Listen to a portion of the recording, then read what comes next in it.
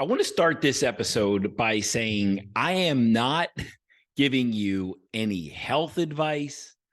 I am not encouraging you to tear down anything in your life. I am not encouraging you to do anything drastic or extreme. We're going to use that word a lot. The only thing I'm doing is I'm showing you and I'm talking to you about what works for me and the tendencies that I've demonstrated and I've witnessed in my own life. And I want you to see if this has been true or is true for you. That's it. So at the end of this episode, I don't want you to go out and start destroying shit and tearing your life down and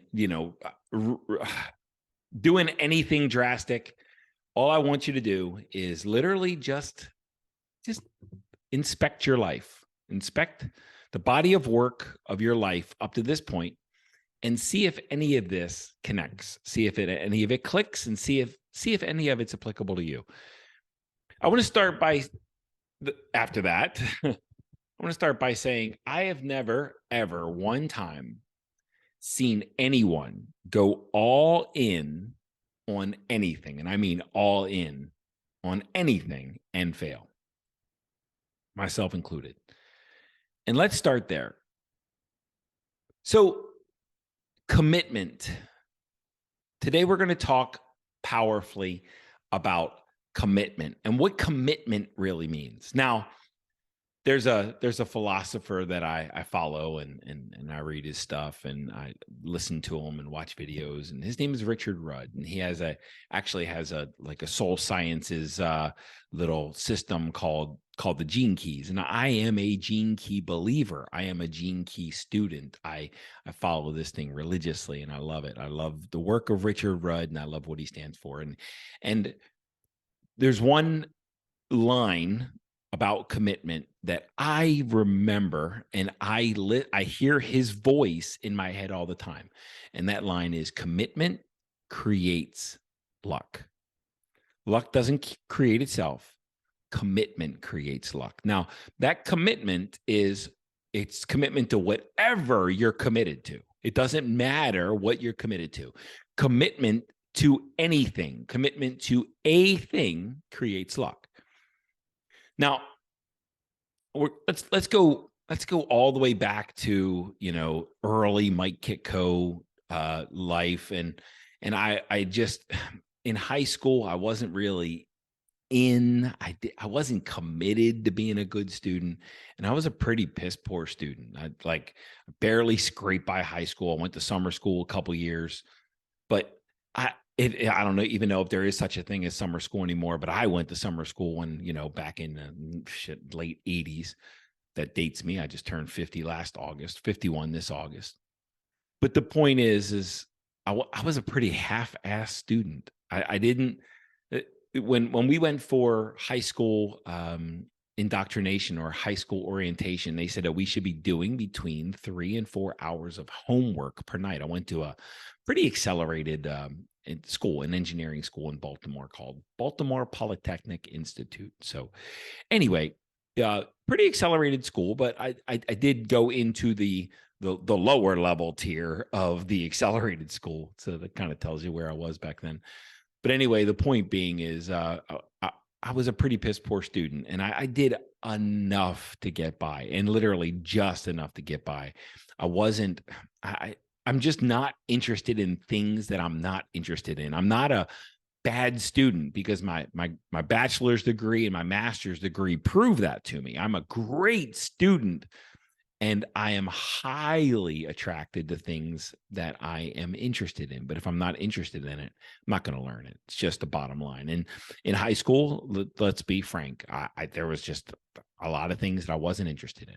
So there were no psychology classes. There were no human behavior classes that in my school. It was all technical. It was all engineering and science. But I am interested. I've always been interested in the human dynamics and how human beings work and how human beings function and leadership and followership and things of that sort. And performance, right? How to create exceptional performance.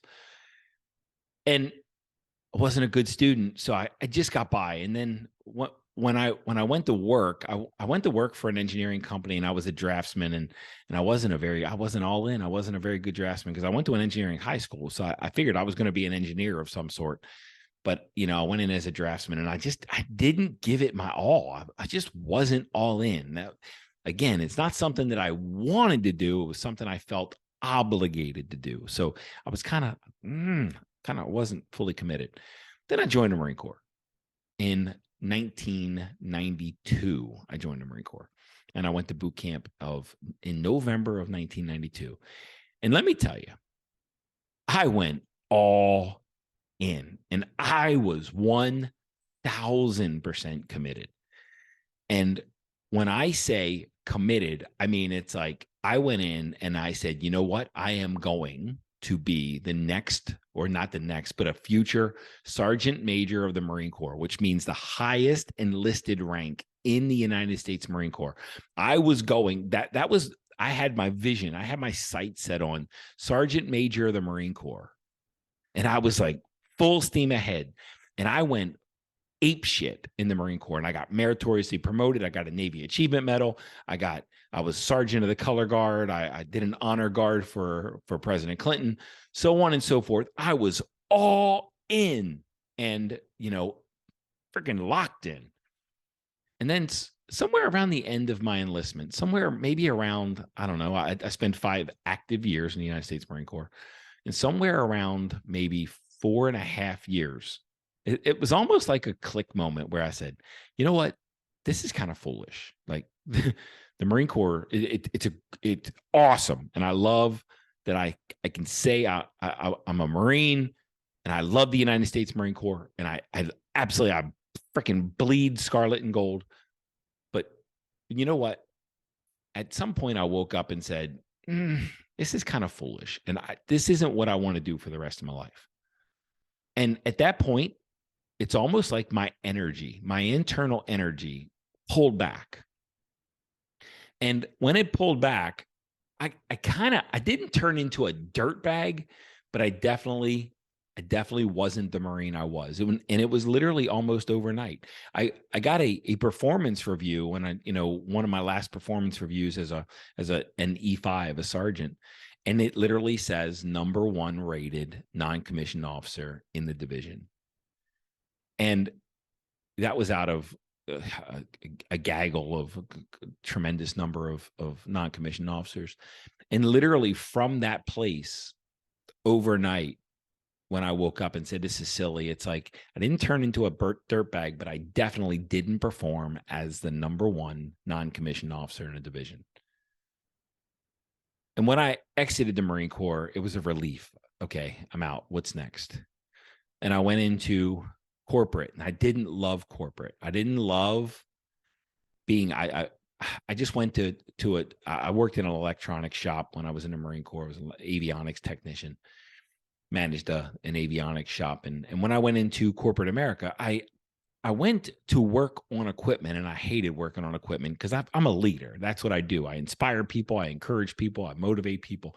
That's what I've always done. It's the people part. It's not I don't interact well with things in terms of fixing stuff and whatever. There's lots of broken stuff around my house that other people come and fix for me.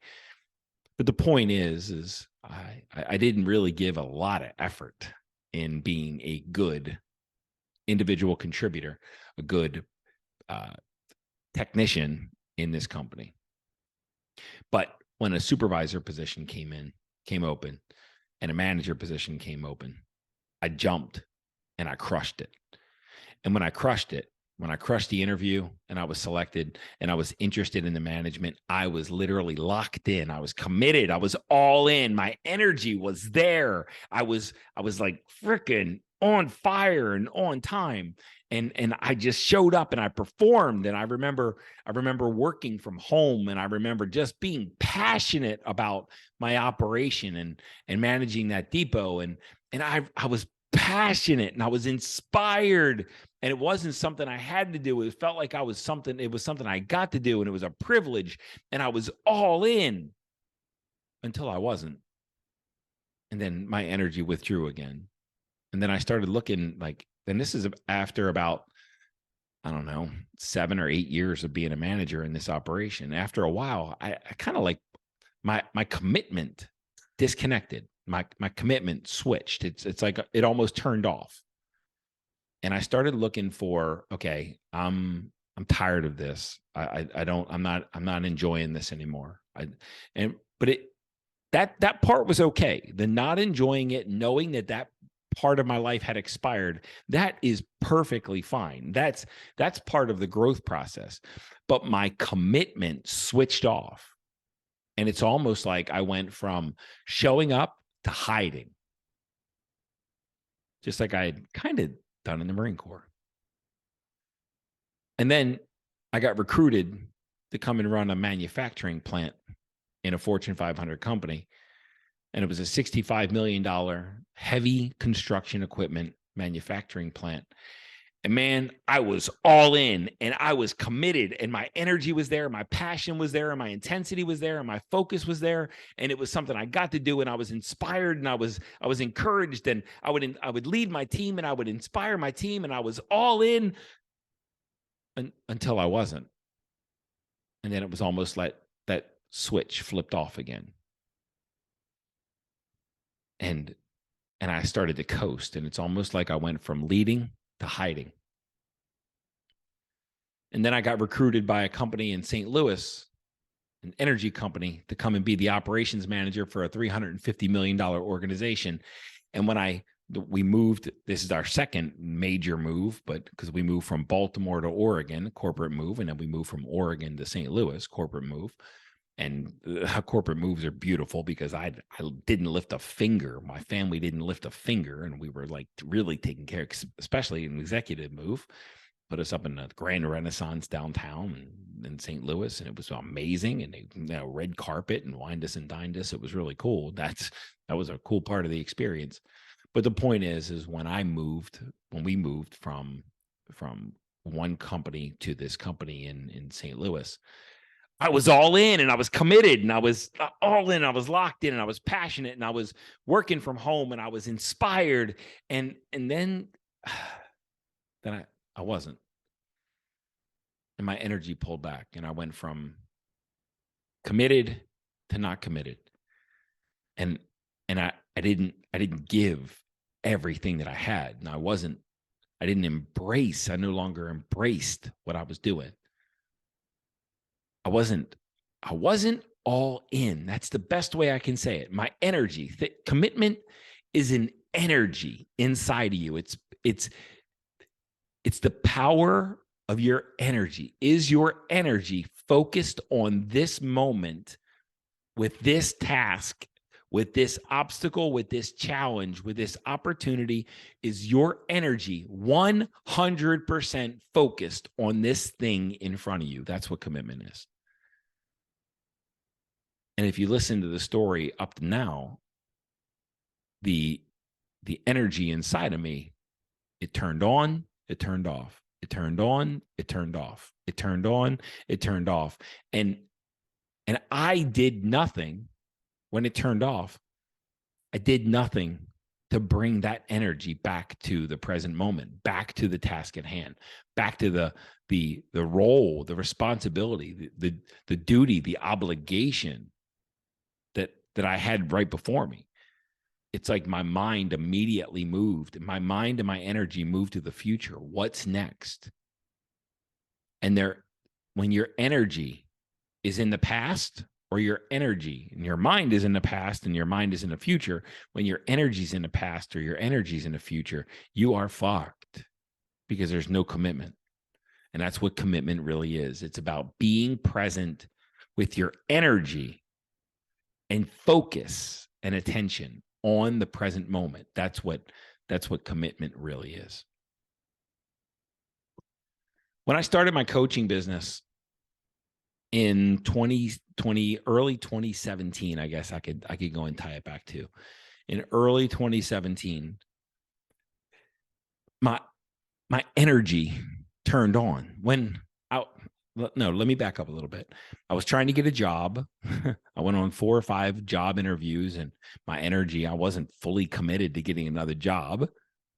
And when I started my business, I wasn't fully committed to my business because I was still trying to maybe get a job or maybe start a business. And it's like at that point I was just in a scarcity mindset. So it was like whatever one came first, that's what I was going to do. If the job came first, then I was going to take a job. And if I could start building the business, then I was going to start building a business. So my energy was spread across two things. And when your energy is spread across two things, two options, then there's zero commitment. There's zero commitment. My energy was in two different places at the same time, and I wasn't all in. And I remember walking upstairs to my wife after I realized what I really wanted in my life, and I said, "You know what? I'm never going to work for anybody again." And the first words out of her mouth were, "No, we need benefits." And up to that point, I was trying to just get a job for her security, to solve her fears and her anxieties and her insecurity. I didn't want a job, but I was just trying to get one for her. And at that moment, I said, you know what? No, I'm going all in on what I want. And for the first time in my life, I went all in on what I wanted. And when my energy was 100% committed and locked in to building a business, I hit almost double six figures in the very first full year in business. The very first full year in business, just me, no website, no business cards, no branding, no support staff, nothing. Just me, double six figures, first full year in business. And that was 2018, my first full year in business, because my energy was all in.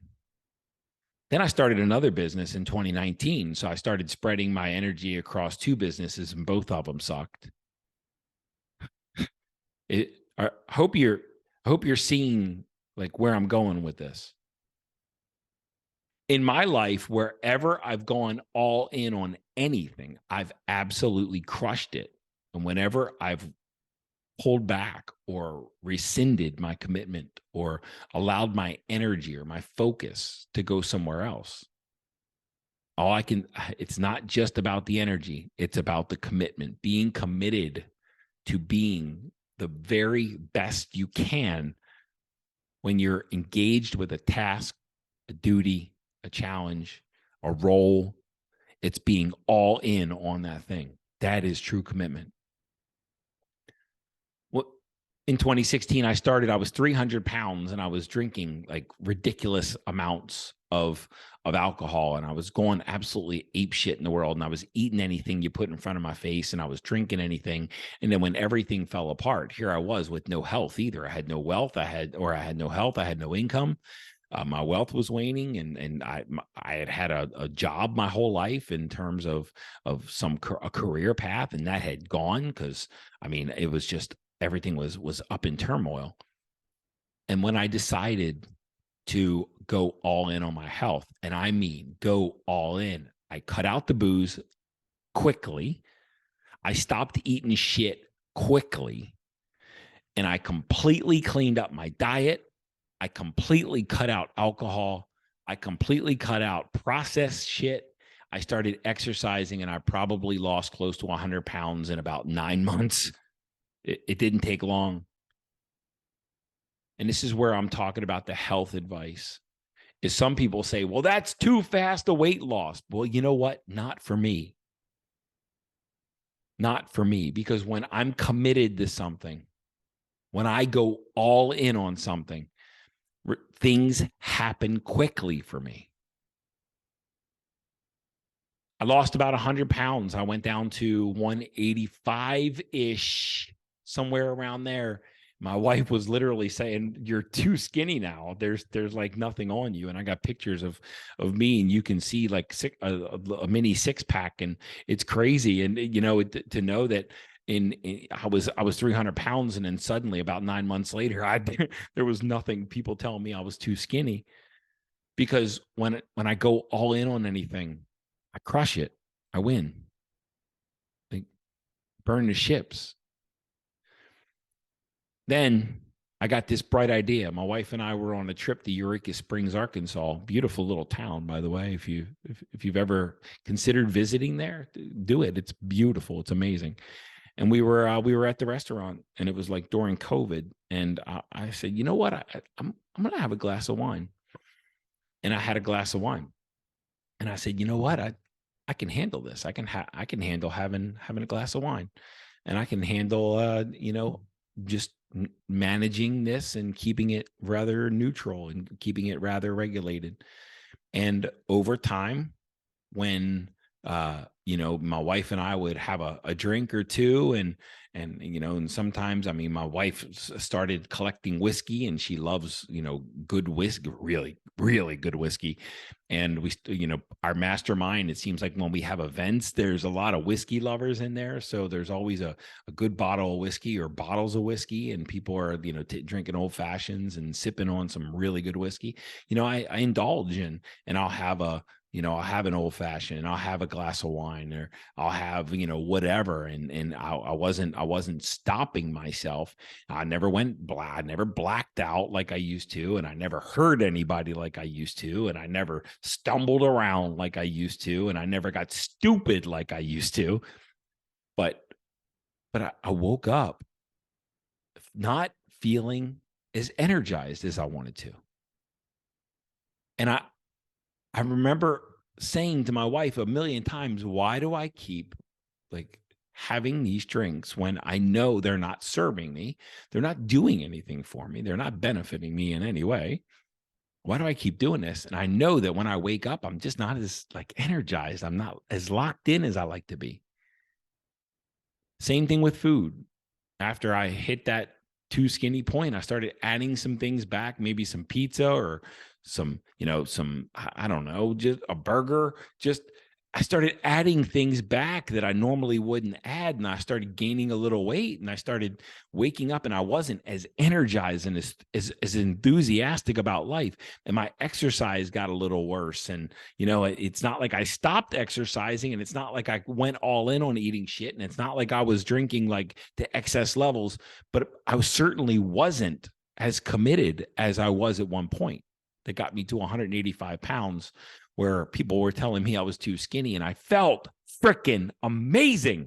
And people were actually saying, Mike, you're backwards aging, because when you take alcohol and you take processed foods out of your life, and you exercise, and you regulate your diet, and you take care of your body starts to regenerate itself naturally. The body has the ability to do that and heal itself.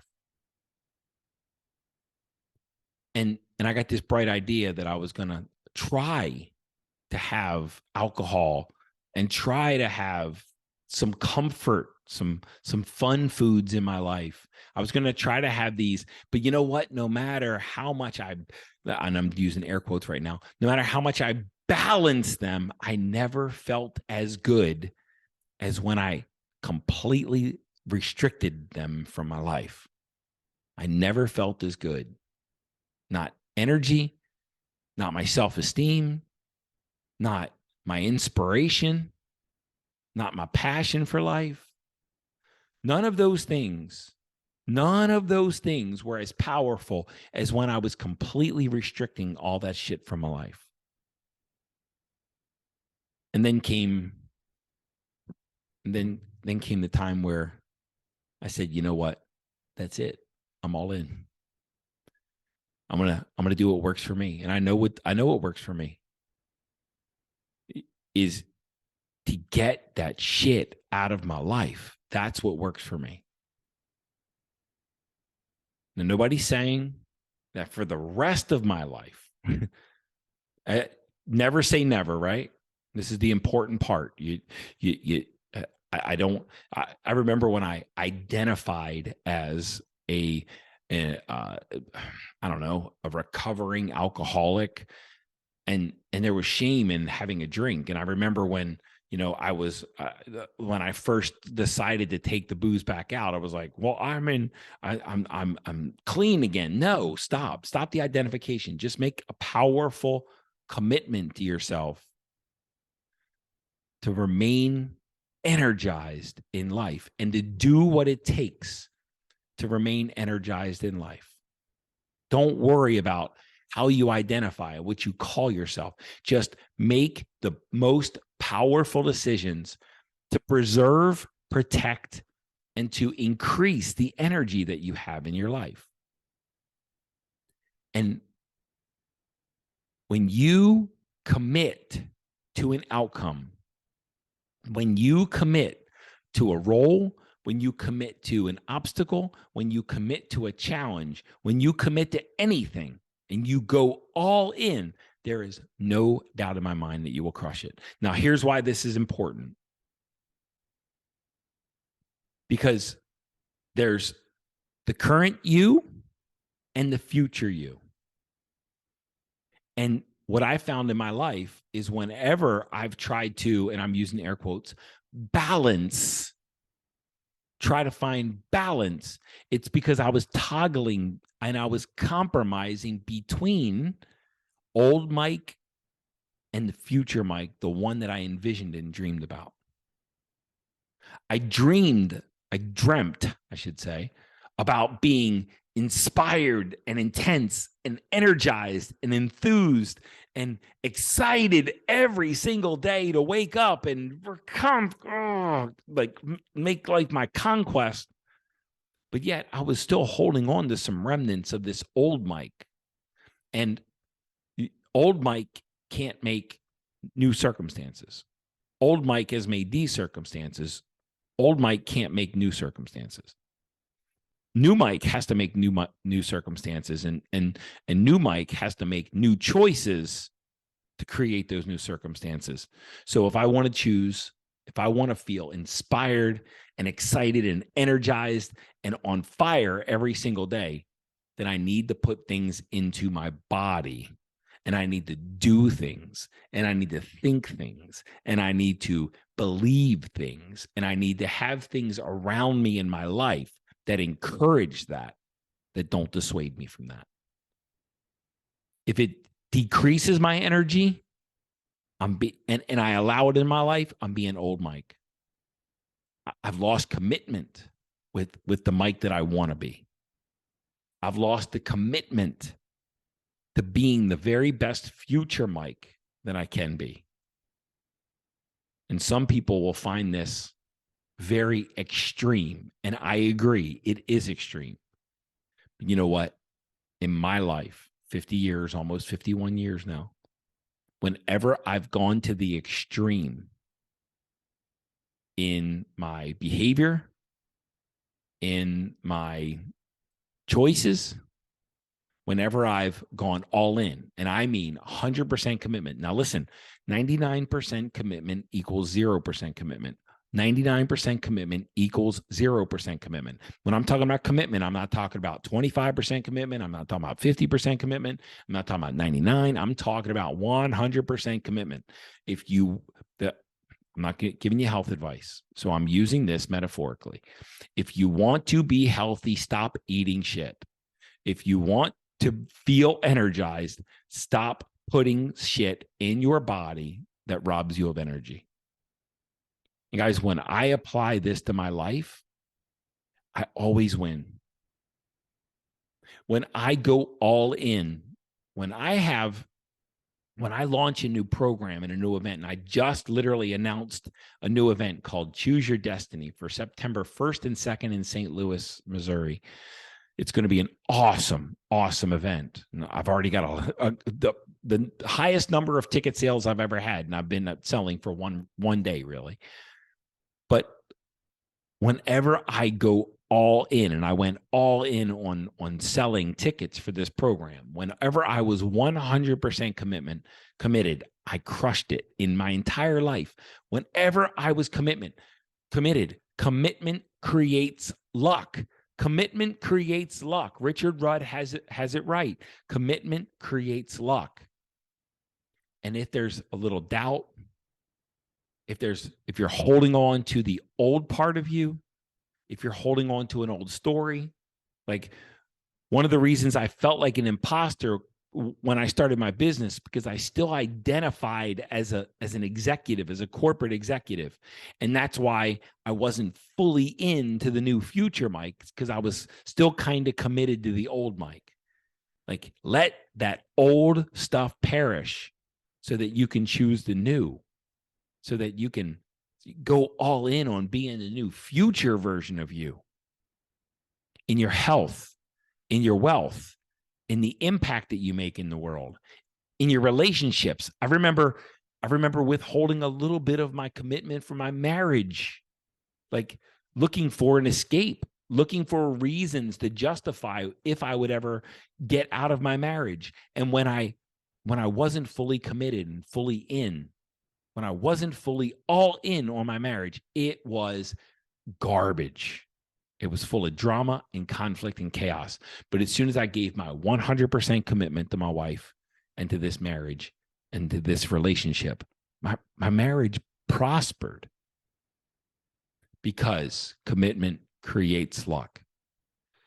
Guys, again, I'm not encouraging you to go back, or to completely, destroy your current life and to, I'm not offering any health guidance. But what I'll tell you is, every time I add stuff back to my life that I know is not good for my body, my weight increases, my puffiness increases, my energy goes down, I feel more sluggish, I don't sleep as well, I get inflamed. And then as soon as I cut all that shit out, and I mean 100%, everything just shrinks back into place.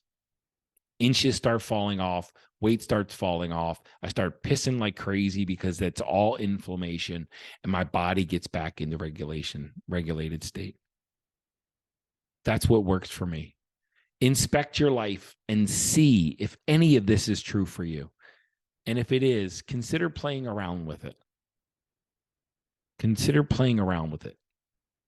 And if it works, then make the choice for you that no doctor knows what's best for you. Because people tell me, like, the government pyramid about food. Yeah, that shit doesn't work for me. There are things on that government pyramid. There are things that people espouse that's good, healthy, balanced nutrition that absolutely destroys my body. It makes me feel like shit. You know what's right for you. You know what's best for you. Check in with yourself and make decisions aligned with you and who you are. Feel your energy and make choices based on that energy. Commitment, 100%. And when you do know what's best for you, and you do know the path, and you do know your uniqueness, the uniqueness of your body, and you do know, go all in. And it's got to be your choice. Don't make it because I'm telling you. Please don't do that. Like I said, I'm not a doctor. Make that choice because you know that it's the best for you. Commitment creates luck. Go all in on anything and you'll crush it.